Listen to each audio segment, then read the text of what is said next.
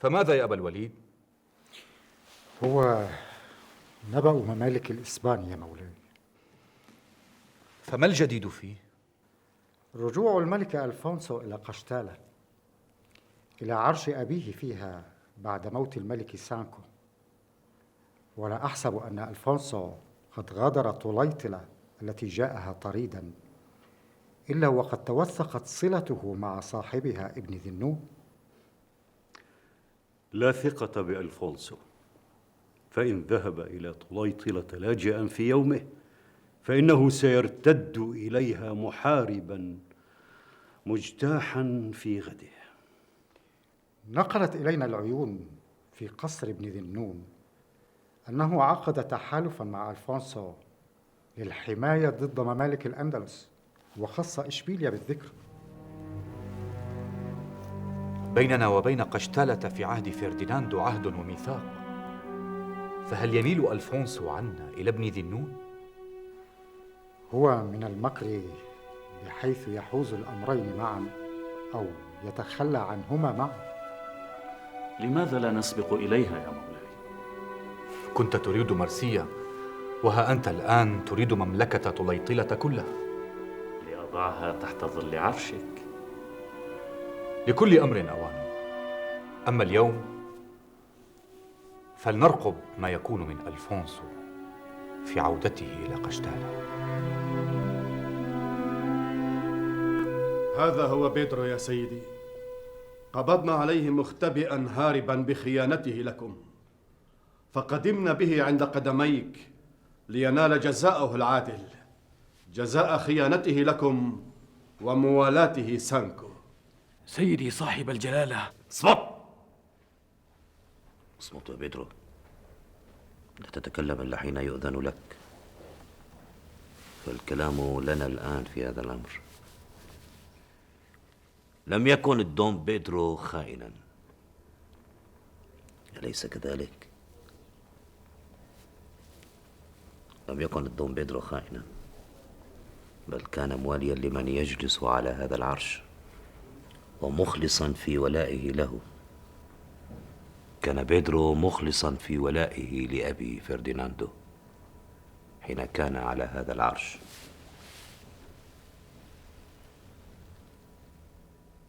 وأخلص في ولائه لأخي سانكو، وهو أيضا كان على هذا العرش.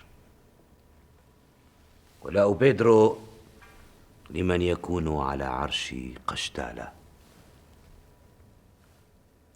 وأحسب أنه سيخلص الولاء لنا ولهذا العرش. سيدي الملك، قف.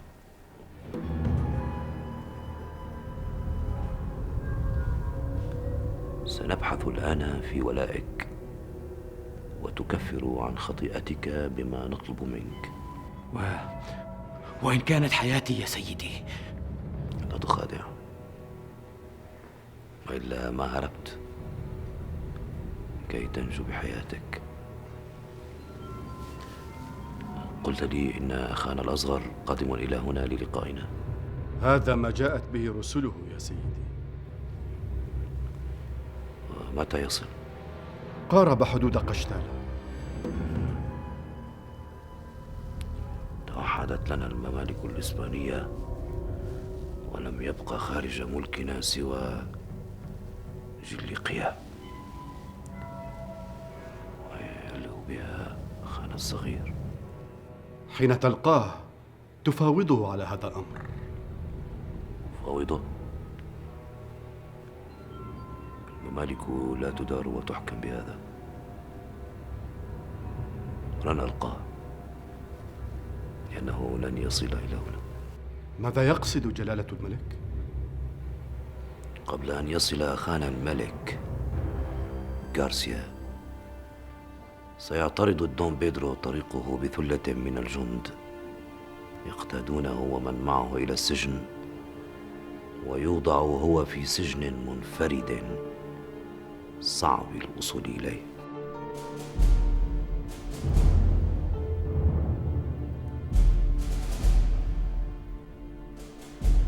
ماذا يقال للناس يا سيدي؟ أقدار الملوك ليست بيدنا. قد مات الملك سانكو، أما الملك غارسيا فقد اختفى. لعله تاه في طريقه إلينا، فخرج عليه قطاع طرق مسلمون وقتلوه. هكذا تزداد النقمة عليهم وتؤجج نار الحقد. استعد يا بيدرو، فهذه مهمة جليلة تؤكد فيها ولاءك لملكك. أجل أجل أجل يا سيدي، أجل. دعوني وحدي.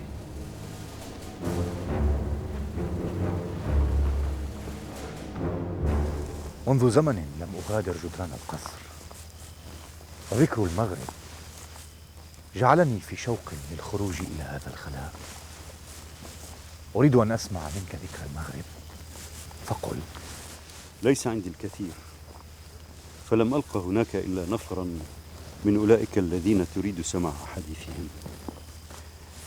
فحين وصلت إلى ديار لمتونة في بلاد المغرب لم يكن هناك إلا قلة من الناس وأميرهم، والباقي خرجوا لمتابعة الجهاد في بقاع المغرب.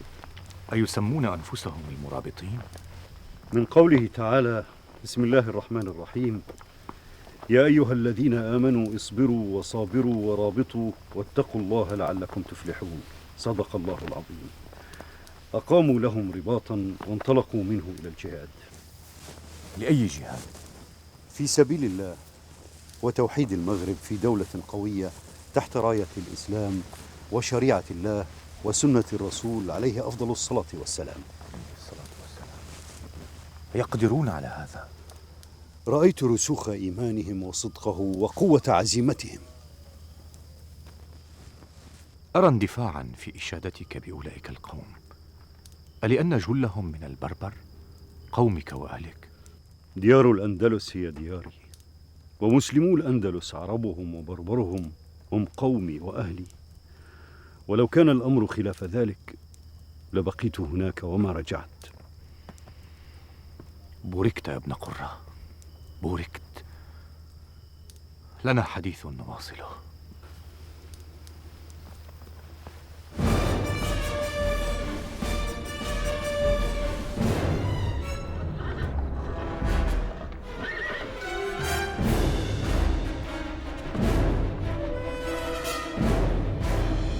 أهلا بك أيها الملك في قشتالة.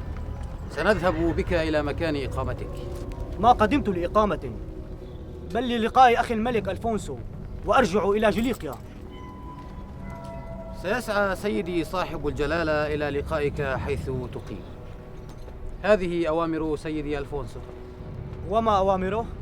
أن تقاد حيث تقيم.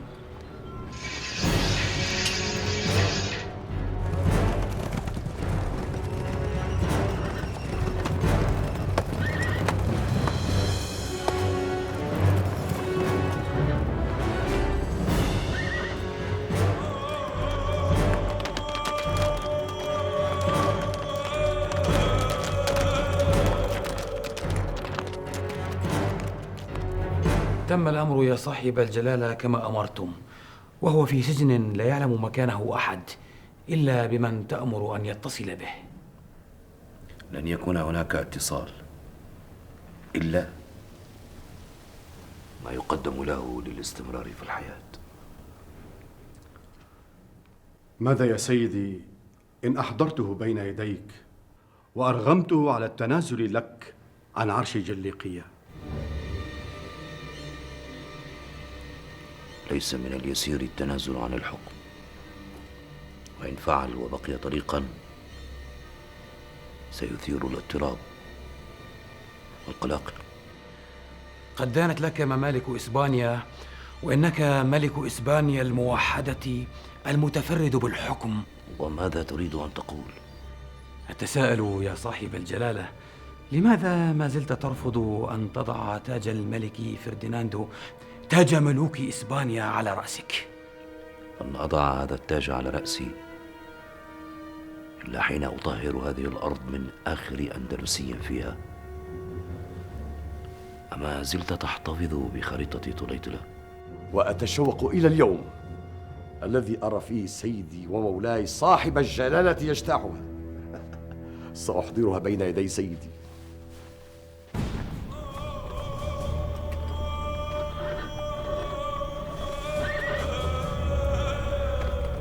ركضت جوادي حتى كدت أهلكه، وما توقفت في ليل أو نهار. كان بودي أن أنقل إليكم غير هذا النبأ. مشيئة الله. ومن المؤمنين رجال صدقوا ما عاهدوا الله عليه، فمنهم من قضى نحبه ومنهم من ينتظر وما بدلوا تبديلا. صدق الله العظيم. صدق الله العظيم. أسرعت إليك أيها الإمام لتختار من تراه أهلا وكفءا وتندبه لإمارة القوم. بعد صلاة الغائب على شهيدنا يحيى ابن عمر وتقديم العزاء لإخوته نتدارس الأمر.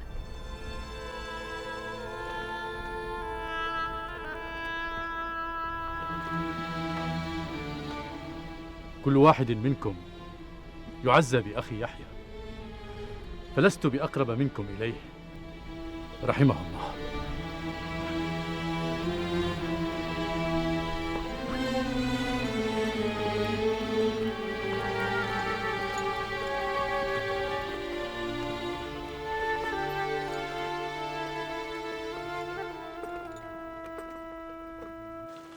نقل إلينا ابن قرة ما يحدث في عدوة المغرب. سرنا بعضه وأغضبنا بعضه الآخر. ما الذي سر له مولاي الملك وما الذي غضب له؟ سرنا نبأ أولئك المرابطين وسعيهم إلى توحيد ديار المغرب في دولة قوية تحت لواء الإسلام. أما ما نخشاه فهو أن يطمع أولئك القوم إذا ما استقر لهم الأمر هناك ويجتازوا إلى الأندلس. لا أحسب إلا أن ابن قرة قد بالغ في وصف ما يجري هناك وجاهد في تزيينه، فلا تزال تجري في عروقه دماء بربر المغرب. لا أقبلها منك يا ابن عمار، وإن كنت لا أنكر أصلا انتسب إليه أجدادي، فلا خير في من ينكر أصله، وأني قادر أن أذكر أجدادي حتى الثامن منهم، فهل تقدر أنت أن تذكر جدك الثالث؟ أتهين وزير مولاي الملك وفي مجلسه؟ كفى يا ابن عمار، فما هذا من أحاديث الوزراء، وإنما أسمعه الآن لمن سوءات النفس وصغائرها. كنت في أمر كبير وجليل وصغرت معه. معذرة يا مولاي. ما معاذ بن قرة ممن يمسون بقول أو يشكك في ولائه. قد أحسن أبي المعتضد الظن فيه، وما خاب له فيه رجاء، ولن يخيب لي فيه رجاء. إذن لي يا مولاي. اجلس، فعندما تصف نفسك بأنك وزير الملك لا تدع مجلسه قبل أن ينفض. ماذا ترى يا أبا الوليد فيما سمعت؟ لماذا نتحدث في أمر المغرب ولدينا اليوم ما يشغلنا هنا في ديارنا؟ قلت اليوم، واليوم يولد من أمس، وسيولد غد لا ندري ما يكون عليه. فإذا لم نمد بصرنا وبصيرتنا إليه باغتنا بما لا نتوقع. إن كان الأمر كذلك فقد سرني ما سرك من نبأ المغرب، لكني لا أخشى ما تخشاه، وما خشيتي إلا من الخطر المحدق بنا، خطر الإسباب. لقد سمعت منكم ما عزز قناعتي وما نقض شيئا مما في نفسي، وإنني إذا أختار لكم أبا بكر بن عمر ليس لأنه أخو شهيدكم الأمير يحيى بن عمر رحمه الله، ولكن لما في أبي بكر من مزايا، ولصدق إيمانه وقوة عزيمته. وأرجو من الله سبحانه وتعالى أن يرضى عن اختياري هذا. أيها الإمام، ليس بي ما يفضل غيري من إخواني المرابطين، فكل منهم جدير بما شرفتني به. ولكن لا بد للرعية من راع، ولا بد للأمر من ولي. بعد أن يبايعك إخوانك على الإمارة تعود إلى الديار وتتولى أمرها. وأحرم من مواصلة الجهاد؟ ألا ترى أن تدبير شؤون الناس وأن تحكمهم وتحكم بينهم بما يرضي الله هو من الجهاد؟ وأنت يا يوسف عد مع الأمير وكن إلى جانبه. والله ما تاقت نفسي لشيء أكثر من مواصلة الجهاد معكم، وأن تراءت لي الشهادة في نهايته، فتلكم الجنة وأني والله تواق لبلوغها. بل افعل ما أشرت به عليك، فإنني أرى الخير فيه، وأن تكون إلى جانب الأمير أبي بكر بن عمر. لك الأمر أيها الإمام. الأمر لله وعلينا الطاعة. أعلن هذا يا سير في جموع إخواننا المرابطين. أمرك أيها الإمام. إلى الآن لم تفه بكلمة. ما يدور في رأسي يثقل علي ويعقد لساني، حتى أنني نويت أن أمر على جناح أبنائنا، ولكنني خشيت أن أثقل عليهم بهذه الحال التي أنا فيها. لا تريد أن تثقل علينا فتصمت، ولا تدري أنك بذلك تثقل علينا أكثر، فالحديث يفرج عنك وعني. فحدثيني أنت بما يفرج ويبعد عني هموم الحكم. ستجد الحديث الذي أحدثك به إن تقارنه بغيره حديثا سخيفا وإن بدا طريفا. من فرجت شفتاك عن قول إلا وكان له وقع طيب في نفسي؟ تدري أنني استأذنتك اليوم في الخروج من القصر للترويح عن النفس. علمت بخروجك. اصطحبت شهدا وبعض الجواري وابتعدنا قليلا عن العمران. حسنا فعلت، فمنذ فترة لم تخرجي من بين جدران هذا القصر. ففيه كل ما أحب، لكن اليوم رأيت مشهدا خارجه أذهلني وطاقت نفسي إليه. وما ذاك؟ الطين. الطين؟ أذهلك مشهد الطين وطاقت نفسك إليه؟ بل سرب من الفتيات الفلاحات اليافعات، وقد شمرن أثوابهن عن سيقانهن وأخذن يخضن في الطين بأقدام حافية. أما أنا فرحت أراقبهن متحسرة، فقد طاقت نفسي لأن أفعل مثل ما يفعلن، ولكن ما حيلتي وهذا القصر وهذا الملك وما صرت إليه يمنعني من ذلك، فرجعت بهذه الحسرة. وما زالت في نفسك؟ إلى حين، ثم أنساها كما نسيت غيرها.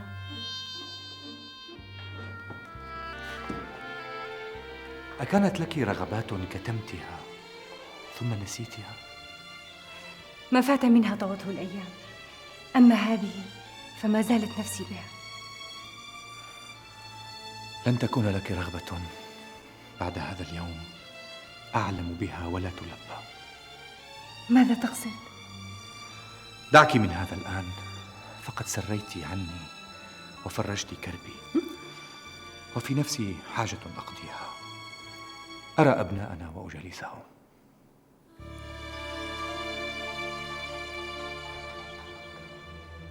شوهد الملك غارسيا يغادر جليقيا لملاقاة الملك ألفونسو، وشوهد يدخل قشتالة، ولم يشاهد بعدها لا في قشتالة ولا خارجا منها ولا عائدا إلى جليقيا. ماذا تظنين حدث؟ وكيف لي أن أعرف إلا إن ذهبت بنفسي للقاء الملك ألفونسو ومعرفة جلية الأمر منه. دعهم يهيئوا للذهاب إلى قشتالة.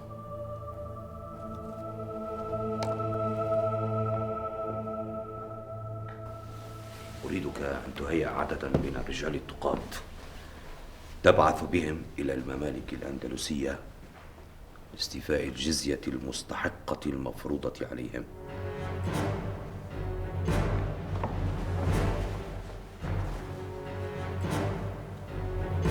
أرسل لي بطلب أبي الوليد.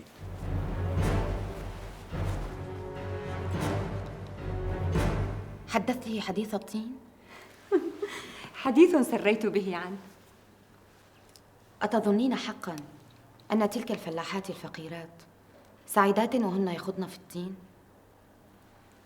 إنهن مقهورات أجبرن، وما رأيت منهن إلا مظهرهن. كنت في زمن مضى مثلهن. هذا الذي أنا فيه أعطاني الكثير، لكنه حرمني من الكثير أيضا. أتحنين حقا إلى تلك الأيام؟ وهل تطيقين احتمالها بعد هذا الذي أنت فيه؟ أخذنا حديث عن خوض الأرجل بالطين إلى حديث تمتلئ فيه النفس بالطين. فيما طلبتني يا مولاي؟ لأمر أريدك أن تنفذه وتعجل فيه. ابعث برجال إلى كل بيت من بيوت إشبيليا يجمعون منها كل ما فيها من المسك والكافور والعنبر وكل أنواع الطيوب، وابعث إلى أسواق إشبيليا من يشتري من العطارين كل ما لديهم من أنواع الطيوب والعطارة، ولا تبخل بالمال، بل ادفع الأثمان بسخاء وكرم. يا مولاي هذا يكلف الكثير، ولكن لأية غاية؟ لغاية في نفسي. أمر مولاي. انتظر. ابعث إلى كل حدائق إشبيليا من يجمع منها كل ما فيها من الورود. أمر مولاي. ومرهم أن يعتصروها ويستخرجوا منها كل ما فيها من ماء الورد، ويجبلونه بما يؤتى به من الطيوب حتى يصبح قوامها كالطين.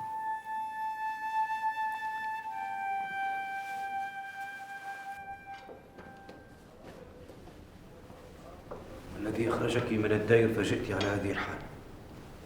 ما بلغني عن اختفاء غارسيا وقلقي عليه. أنا لست أقل قلقا منك يا أوراك. لا تراوغني يا ألفونسو، فأنا أختك التي تعرفك أكثر مما يعرفك غيري. أعلم هذا جيدا. وهذا ترين. إن غارسيا في سجنك، ولا تفسير لدي لاختفائه غير هذا. إذن قد يبدد هذا قلقك عليه، فإنه حي. ولماذا يسجن؟ ألا ترين أنه لا يجب أن يكون في إسبانيا إلا ملك واحد؟ قتلت سانكو من أجلك.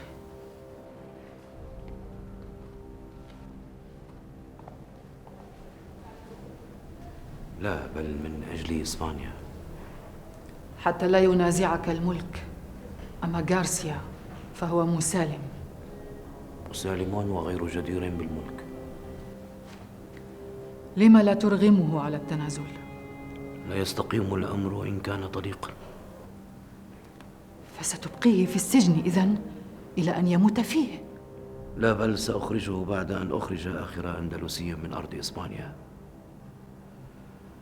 لن أبقي أمامي أي أمر يعيقني عن هذه الغاية يا أوراكا. أعدك بأن يعامل غارسيا بالرأفة، وإنني حريص عليه، فهو أخي، لكن سيبقى في سجنه. لا جدوى. سأذهب لأحبس نفسي في ديري فلا أغادره، ليرحمنا الرب.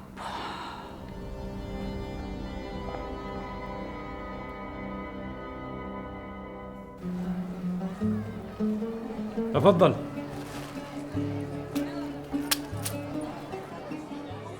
ما الأمر؟ يشترون من السوق كل ما فيه من طيوب وعطارة. ولماذا؟ وما يهمك أنت؟ ربما ليعطروا القصر، فقد أخذت تنفذ منه روائح كريهة تزكب الأنوف. ويحك.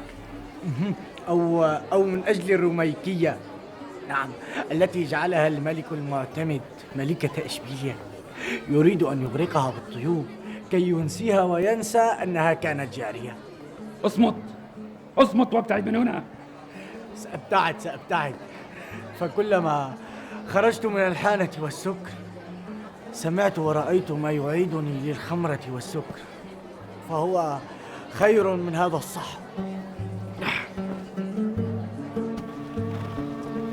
إلى ما كان يرمي حين ردني معك إلى الديار، وقد أبليت في كل معاركنا البلاء الذي تعرف ويعرف. لما لم يفسح عن مقصده؟ الله يلهمه دوما لما فيه الخير، لقد توسم فيك ما يعول عليه فيمنعني من القتال. ربما يدخرك لما هو خير من ذلك. هل أقر ألفونسو بحبس غارسيا؟ ما كان لينكر أمامي. فما أنت فاعلة؟ وماذا بمقدرتي أن أفعل؟ أغفر لألفونسو فعله هذا إن كانت غايته حقاً التفرغ لإخراج المسلمين من إسبانيا. كنت تشيدين بهم ثم انقلبت هذا الانقلاب. إشادتي بهم لا تعني قبولي ببقائهم في إسبانيا. إسبانيا لنا، وإن خرجوا فسيبقى وراءهم ما حققوه على أرضها، لكن دونهم. إنها حرب مقدسة وقد باركها قداسة البابا. إنها إرادة الرب ولست أملك إلا الرضوخ والإذعان. سأمكث هنا وأعتكف إلى أن يأمرني الرب بغير هذا.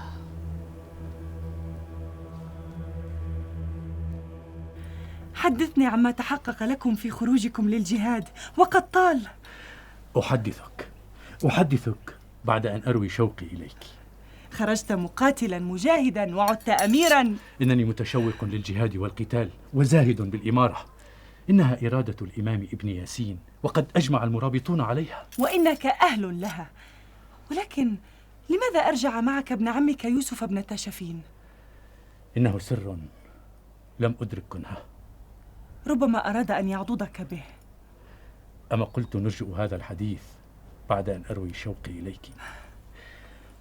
إلا إن لم يكن بك مثل ما بي.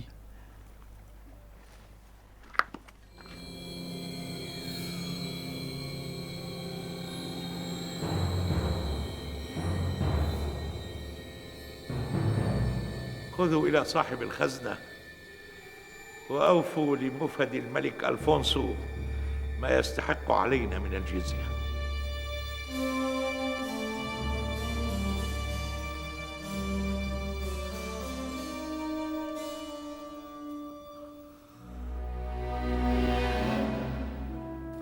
هذا ما جاءنا به موفد الملك ألفونسو. لم يحن بعد موعد دفع الجزية. ألفونسو يتعجل الأمر، إنه أكثر طمعا من أبيه وأكثر حقدا وعداوة. فلماذا يزيد على ما توافقنا عليه؟ ازدادت قوته فازداد طمعه. لا مناص من تدبر الأمر. موفد الملك يتعجل الأمر، لا يريد المكوث في غرناطة. إنني أكثر استعجالا لخروجه منها. هيا تدبر أمره وأنله طلبه وليخرج من غرناطة وبسرعة بسرعة. هيا. بعد كل ما فعلناه استقبلناه في طليطلة استقبال الملوك وهو شريد مطارد. قدمنا له كل ما يلزم وعملناه معاملة الملوك، أكرمنا وفادته، وما انتظر أن يكون أول ما يفعله حين يعود إلى عرش أبيه إلا أن يباغتنا بهذا الطلب. قد وافقت على طلبه وشروطه يا مولاي. فليمهلنا، نحن على عهدنا، فليمهلنا. مفده يشدد. نحن لا نسعى إلى إرضاء ألفونسو، بل إلى حمايته لنا من ملوك الأندلس. سنتدبر أمر الأموال ونرسلها إليه. نلتزم بما علينا لنرجو أن يلتزم هو بعهده. سيتوافد رجالنا راجعين بأموال الجزية من بلاد الأندلس. فأشرع في تجنيد جيش لا قبل لهذه الأرض بمثله، وأنفق عليهم من تلك الأموال لنحاربهم بأموالهم وبإيماننا وعزمنا وقوتنا يا سيدي. ولكن ما زلت أتساءل، لماذا لم تبعث إلى ملك إشبيليا كغيره؟ إشبيليا وملكها تدبير آخر. هل يكرمني سيدي ومولاي صاحب الجلالة بأن يكون لي قسط وموضع في ذلك التدبير؟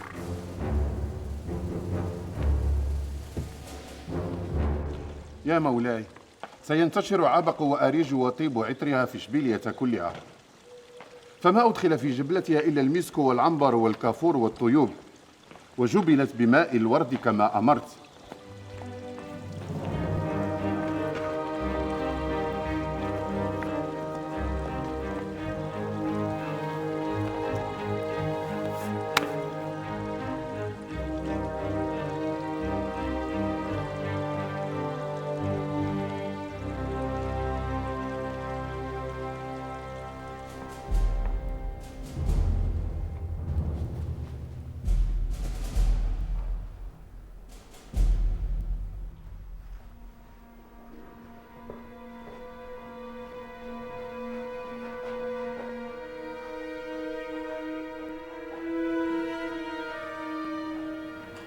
ما عهدتك تخرجين إلى هذه الأماكن.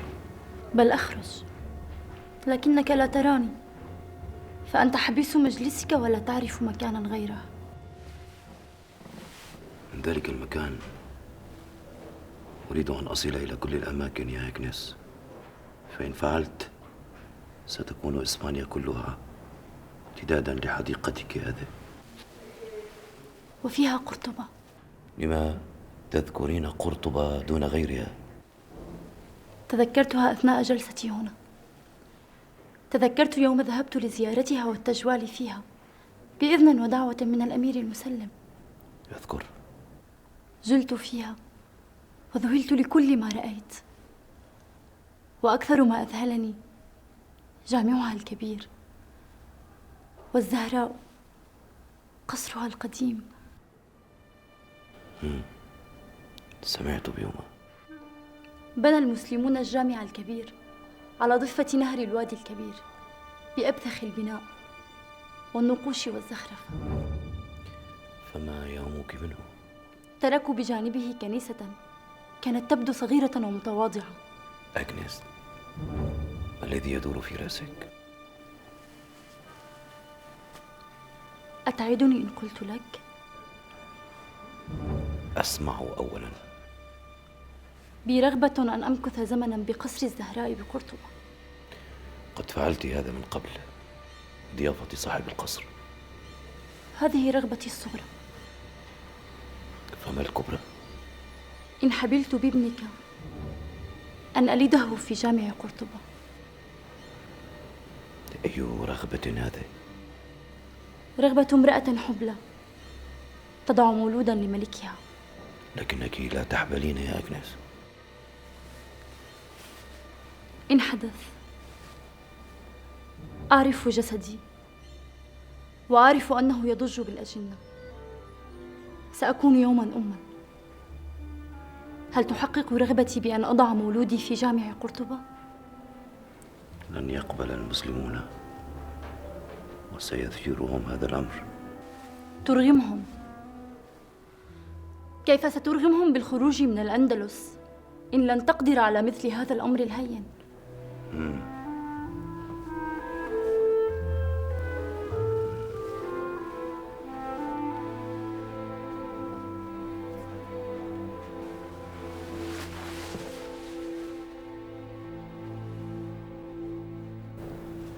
تعالي وانظري. ماذا؟ ما هذا؟ رأيتهم يعملون فيها وما عرفت لماذا. إنها لك. أنسيت حين جاهرت لي عن رغبة في نفسك بأن تخوضي في الطين بقدمين حافيتين؟ نسيت الأمر كله.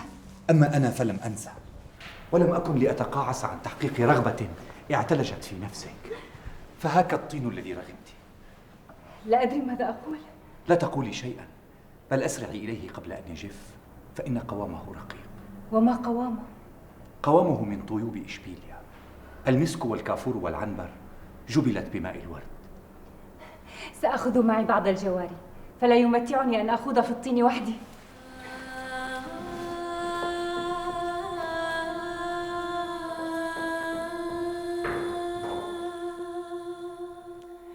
إن كان بك بقية شوق فتصبر عليها، لتحدثني بحديث إخوانك المرابطين وأين بلغوا، وقد ذكرت أغمات فحركت أشواقي وحنيني. لو أننا وجدنا في المواقع والبقاع الأخرى ما وجدنا في أغمات من حسن الاستجابة للدعوة وصدق الطاعة والإيمان لجنبنا ذلك قتالا كثيرا. زينب، تحنين إلى ديارك أليس كذلك؟ لا أنكر. إن أتم الله لنا هذا النصر سيكون مقامك إن لم يكن في أغمات فبالقرب منها. كيف؟ بعد انتهاء هذه الحروب، وإذا كتب الله لنا ولدولة المرابطين بأن تقوم، فقد وقع الإخوان على بقعة على بعد 3 فراسخ من أغمات دون عمران يقال لها مراكش، وقد رأوا أنها تصلح لأن تعمر وأن تكون حاضرة لنا. ولم لا تكون أغمات؟ تلك أرض بكر، وهي أصلح لأن تكون حاضرة الدولة. إن قامت دولة المرابطين على ما ذكرت ووصفت فلا يهمني أين أكون فيها. من تراه يكون؟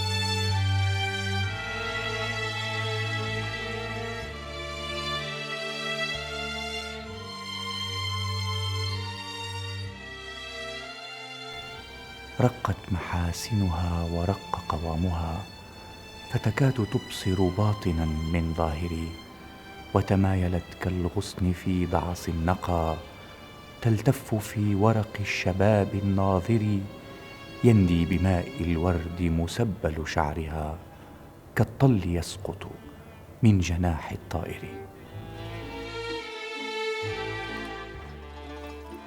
هن ذهبن إلى الاستحمام فلا أحد ينتظرهن، أما أنا فسآتيك كما أردتني.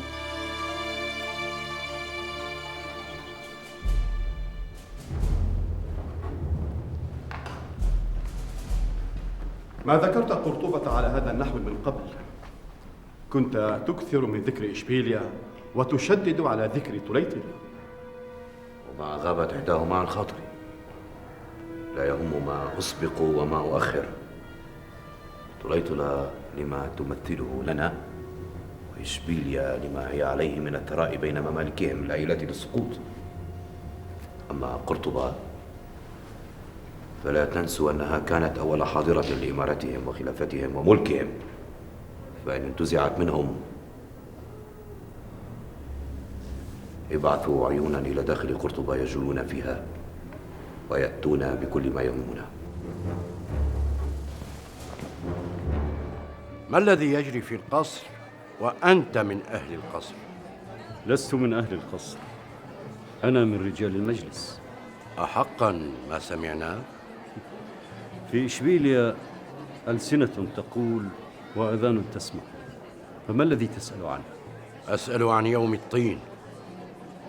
يوم الطين؟ ما سمعت به. فنحن البعيدون نعرف ما لا تعرفون، وأنتم قريبون من مجلس الملك. لا أدرك مغزى ما تقول. بل تدرك يا ابن قرة، تدرك بأن إشبيليا والأندلس كلها تغرق في وحول الفساد، والملك ابن عباد يجبل الطيوب وماء الورود طينا لتعبث فيها أقدام الروميكية وجواريها. دعني، فما لي ولهذا؟ معذرة يا ابن قرة، أدعك وأذهب إلى الصلاة لأدعو أن يجنب الله إشبيليا وديار الأندلس ما يتهددها من مفاسد أهلها وأولي الأمر فيها. أما أنتم فانصحوا للملك فلا تكونوا في مجالسه كالخشب المسندة. وهذا بعض ما يحدث في قصور الملك، وما يجري في قصور ملوك الأندلس ليس بأقل منه، مما يغضب الله ويبتعد بهم عن جادة الصواب وعن سبل الهدى والرشاد. نرجو الله أن يلهمهم إلى ما فيه صلاح أمرهم، وأن يستدركوا أنفسهم وأمتهم قبل أن ينزل بنا وبهم غضب الله، لمفارقتهم صراطه المستقيم واعوجاجهم إلى ما فيه مخالفة أوامره واتباع نواهيه. غفر الله لنا ولهم. قد بلغ إليكم ما يطلق عليه أهل إشبيلية بيوم الطين، فقد أنفق الملك المعتمد ثروة من أجل متع زوجته الرويكية. إشبيلية تتحدث بهذا يا مولاي؟ سمعت منه ما أغاظني. أغاظك لأن فيه من حقيقة ما يعتمل في صدور الناس. وما شأن العامة بأمر يخص الملك وبيته؟ أنت أحكم من أن تفرق بين الخاص وبين العام في هذه الأمور. القائد وهب بن جامح يا مولاي. أدخله.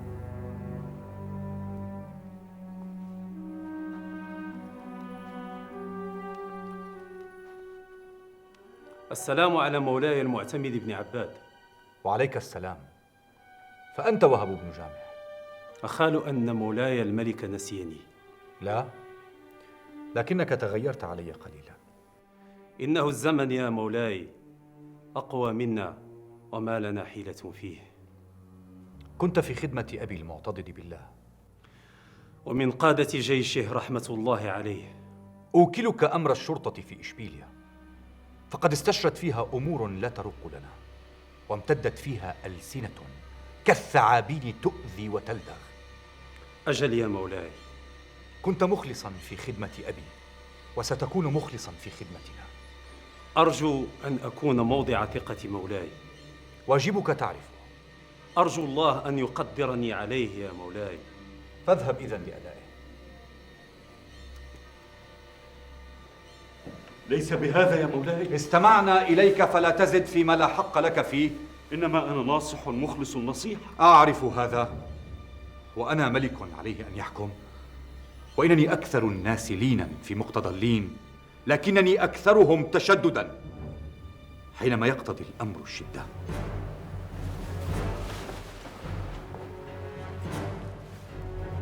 ما أردت هذا يا شهد، كانت رغبة عارضة أخطأت وجهرت بها أمامه.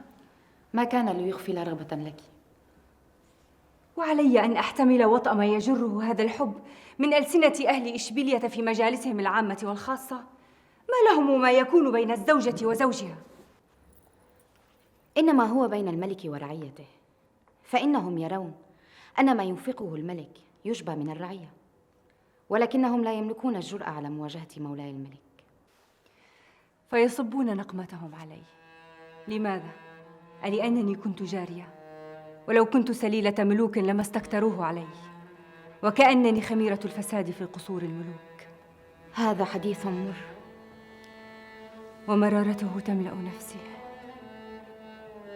عندما دخلت قصر آل عباد هذا، كان رجائي أن أقدر على تجميل صورته في أعين أهل إشبيلية، فقد كان يبلغني ما يقال عن الملك المعتضد، لكن تيار حياة الملوك وعيشهم كان أقوى مني، فجرفني معه.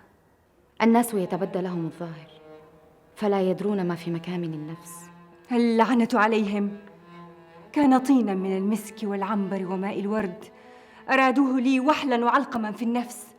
انسي الأمر، فالناس ينسون. لا، لن ينسوا أبدا، وأعلم أن هذا سيرافقني حتى ختام عمري. أعز الله إخواننا المرابطين، تهتاج النفس والله، وأتوق لأن أكون معهم في كل حين. لا عليك يا يوسف، فإخوانك يقومون بما تتوق نفسك إليه. الجهاد فرض عين، لا يقعد عنه من يقدر عليه. للجهاد سبله ومسالكه، وما أرى أن الإمام أعفاك من القتال اليوم إلا وفي نيته انتدابك لخير ما في هذا الجهاد.